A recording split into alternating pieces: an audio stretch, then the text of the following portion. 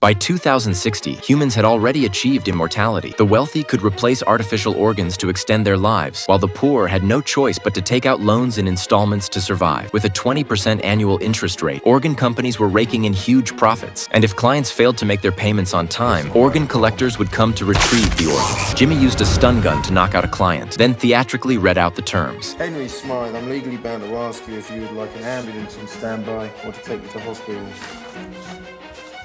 No? Okay. He then skillfully opened up the client, removed the organs belonging to the company, and took them back for resale. On the way back to the company, Jacob's scanner suddenly went off. They looked closely and found the area contained 31 overdue organs. Got a nest.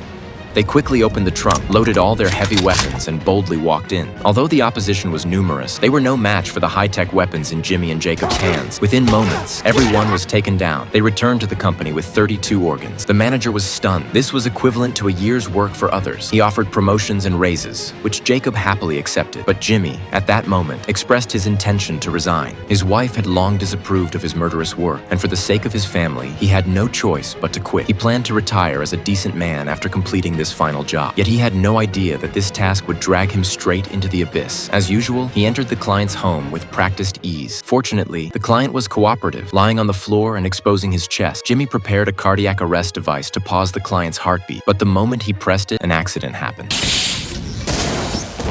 When he woke up, he was in a hospital bed, and the company's most advanced artificial heart had been implanted in his chest. The exorbitant cost meant that he would spend the rest of his life working to pay off his debt.